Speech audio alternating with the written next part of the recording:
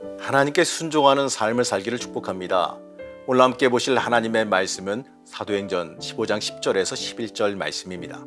그런데 지금 너희가 어찌하여 하나님을 시험하여 우리 조상과 우리도 능히 매지 못하던 멍에를 제자들의 목에 두려느냐.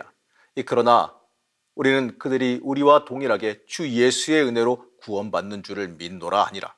오늘도 매일 말씀 묵상과 함께하는 제천교회 성도님들 축복합니다. 오늘 말씀은 예루살렘 회의에 관련된 내용을 담고 있습니다.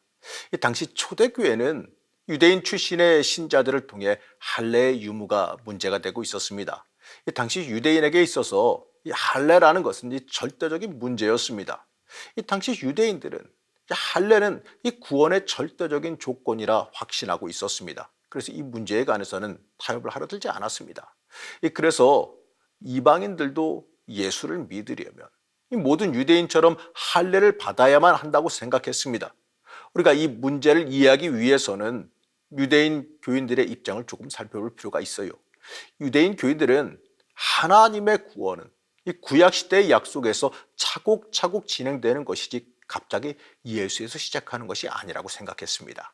그래서 회개하고 예수님을 믿고 교회로 돌아온다 할지라도 이 모세에게 주신 하나님의 언약과 할례에서 자유롭지 못하다라고 생각했어요.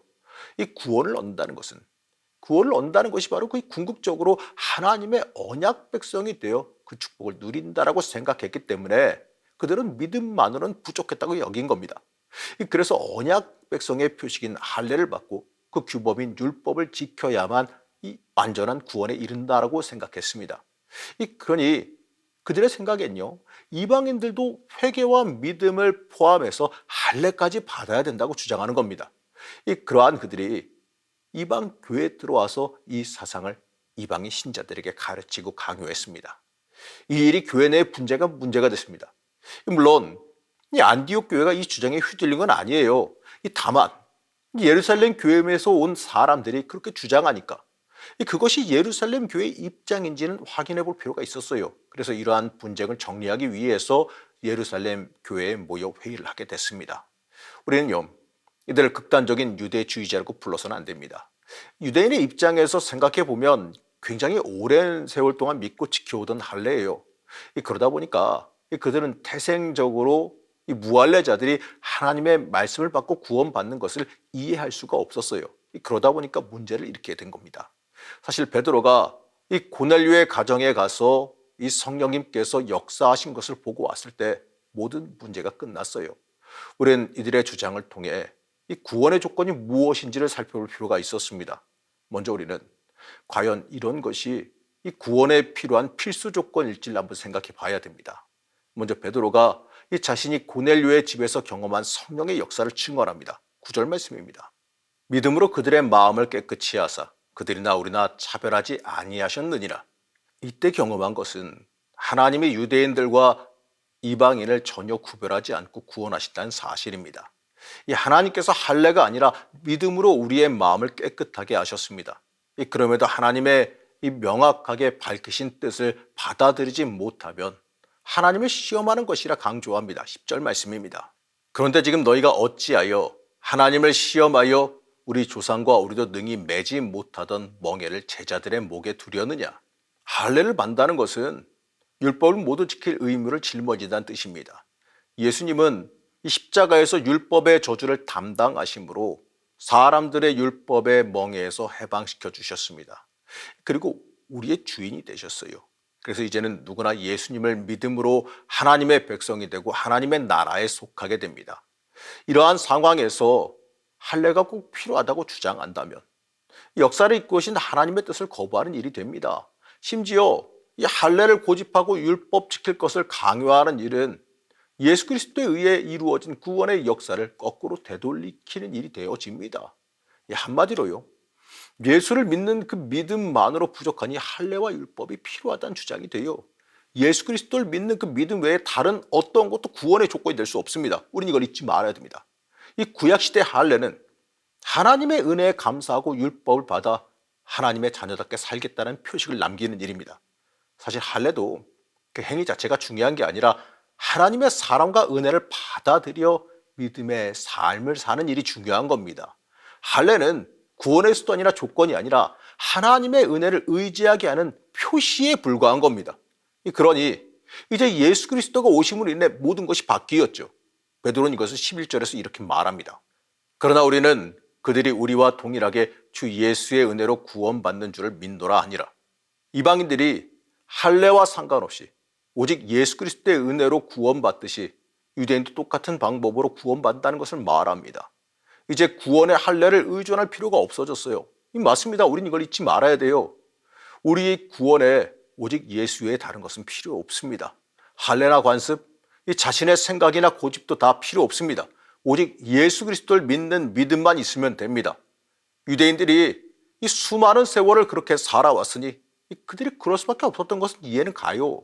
하지만 오직 예수 외에 다른 것이 있어야 된다는 그 생각을 버려야 됩니다. 이제 이어지는 바울과 바나바의 생생한 성령님의 역사에 대한 증언을 들었습니다. 그 역사 앞에서 그 누구도 반박을 하지 못하지요. 이제 야고보는 이방인 교인들에게 쓸데없는 할례를 강요하지 말자고 하십니다. 그리고요, 이방인 그리스도인들에게도 그들의 관습 중에 고쳐야 될 것을 말합니다.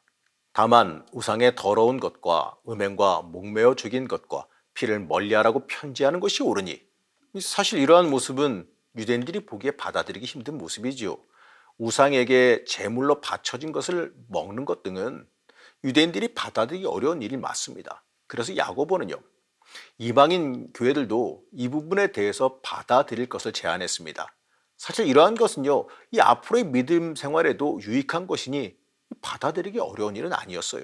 이처럼 이 예루살렘 회의는요, 이 서로 간에 화합하고 서로를 이해하며 용납하는 방향으로 결정됐습니다. 여기서 우리는요, 교회가 가야 되는 방향을 읽을 수가 있어요. 교회는 서로 합력하여 선을 이루는 곳입니다. 어떠한 이 특정한 부류를 위해서 존재해서도 안 되고 그들의 의견만 득세해서도 안 됩니다. 이 서로 간에 화합하며 이해시키고 무엇이 구원받는 길이며 성령의 역사에 순종하는 길인지 확인하고 따르게 하는 결정을 해야 돼요. 이 교회는 사람을 위해서 존재하는 것이 아니라 하나님의 뜻을 이루기 위해서 존재하기 때문에 그렇습니다. 이렇게 화합을 이루게 되자 이제 본격적으로 나라와 민족을 초월한 선교가 시작됐습니다. 이 교회 부흥도 이렇게 교회가 하나 되고 서로 간에 성령의 역사 앞에 순종하며 따를 때 이루어집니다. 교회 존재 목적에 맞게 변화되었기 때문에 그렇습니다. 사랑하는 성도 여러분, 우리는 오직 예수를 믿는 믿음만 있으면 됩니다. 예수 외에 다른 복음은 전혀 필요 없습니다. 우리가 오직 예수를 바라보는 온전한 믿음을 가졌을 때 우리의 가정도 교회가 하나가 됩니다. 오직 예수를 바라보는 자는 예수를 위해 서로 간에 합력하여 선을 이루어야 됩니다. 내 유익을 구하는 것이 아니라 이 주를 위해 나를 내려놓고 주님의 뜻을 들어야 하기 때문입니다. 예루살렘 회의의 이야기처럼 우리도 성령의 역사가 어디에 있고 그 방향이 무엇인지에 주목해야 됩니다. 내 인생을 이 성령님께서 어떻게 이끌고 가실지 거기에 주목해야 돼요. 오늘도 이 하나님 앞에 온전히 나를 내어 맡기며 주의 인도하심을 간구하시기 바랍니다. 여러분, 그럴 때 놀라운 은혜와 역사를 체험하게 될 겁니다. 오직 예수만 섬기는 주의 자녀가 되시기를 제가 간절히 축복합니다.